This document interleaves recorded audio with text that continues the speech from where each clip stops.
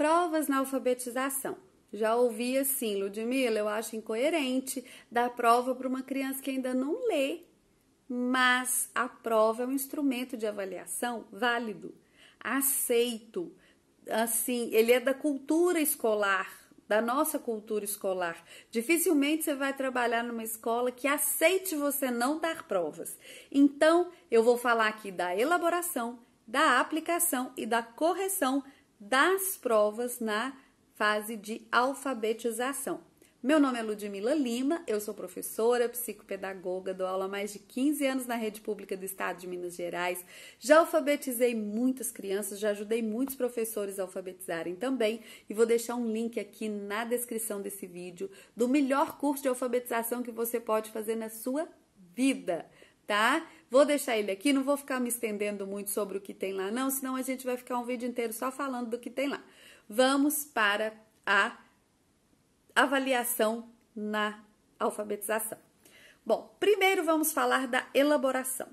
Se você está elaborando uma avaliação para crianças que não sabem ler e escrever ainda, você vai ter que usar questões mais objetivas. Então, questões de marcar, né? Marcar com X a resposta certa. Circular. Então, você coloca vários elementos e fala qual que você quer que a criança circule. Pintar, né? Ligar. Essas atividades que a gente já faz com elas na sala de aula e que elas vão ter facilidade para fazer mesmo sem saber escrever. Mas nessa atividade avaliativa, nessa prova, também precisa ter escrita. Pode ser um autoditado, pode ser uma sugestão que você vai ler para ela, mas a criança também precisa escrever, porque uma das coisas que você está avaliando na criança dessa idade é o nível de escrita da sua criança. E aí você só vai saber com ela escrevendo. Então, pelo menos uma questão onde a criança escreva palavras, depois escreva frases, né? E assim por diante. Na hora de aplicar a prova é que a gente vai ter uma diferença para os demais anos do ensino fundamental. Qual que é a diferença? É que a criança ainda não tem autonomia nenhuma para fazer a prova. Então, as avaliações de um primeiro ano, elas são aplicadas coletivamente, com a professora lendo atividade por atividade para a criança. E não é só ler. Gente, na número 1 é para você fazer isso.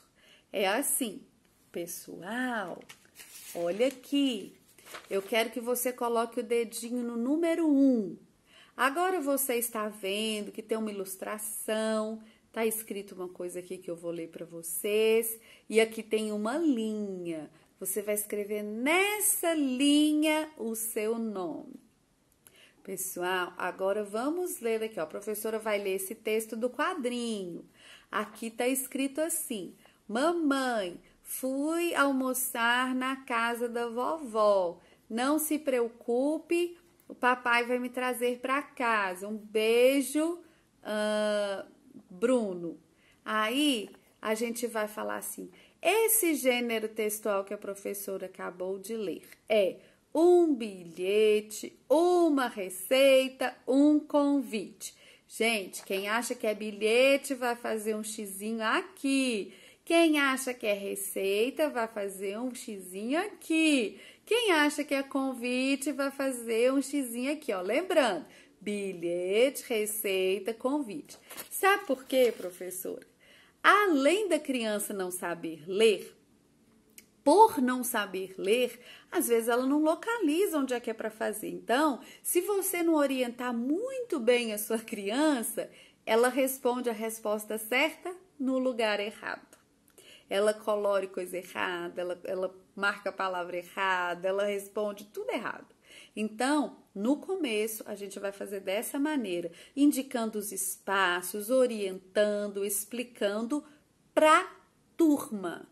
Então, pessoal, a gente vai fazer a prova juntos. Quando a professora estiver no número 1, tá todo mundo no número 1. Quando a professora estiver no número 2, vai todo mundo no número 2. Aí, sabe o que é que vai acontecer? Lá pelo terceiro bimestre, você vai ter alunos que já estão lendo lindamente e já dão conta de fazer as atividades sozinhos.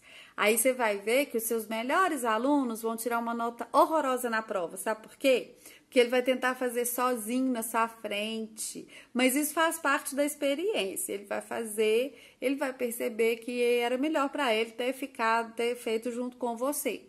Né? Porque às vezes quando eles leem, eles não compreendem. Eles já estão lendo, mas eles não compreendem ainda o que é que está pedindo, o que é o enunciado ali. Então, às vezes isso acontece. Bom, então a avaliação com mais questões objetivas, de colorir, de ligar, de marcar e tal, mas com alguma escrita para você avaliar o nível de escrita e a aplicação, assim, com a leitura da professora, com a orientação da professora. E a correção? Bom, correção, professora, é correção. Está certo? Certinho. Está errado? Errado, é um X, é um risco.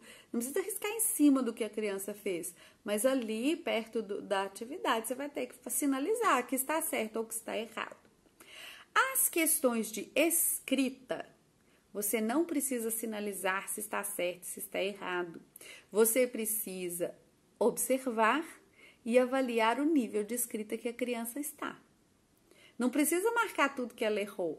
É lógico que se ela é uma criança que está pré-silábica ou uma criança que já está silábica, né? Ela vai errar muito, vai faltar muita letra ali. Às vezes a letra não vai ter nada a ver. E você não vai sair ticando tudo, errando ali tudo e marcando tudo. Você só vai observar a fase que ela está e anotar para você, ou até mesmo na avaliação, fase pré-silábica, fase silábica, fase alfabética, tá?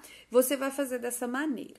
Outra correção que eu acho muito importante da gente fazer, porque às vezes, né, a gente corrige a avaliação para somar os pontos da criança. Quantos pontos essa criança fez?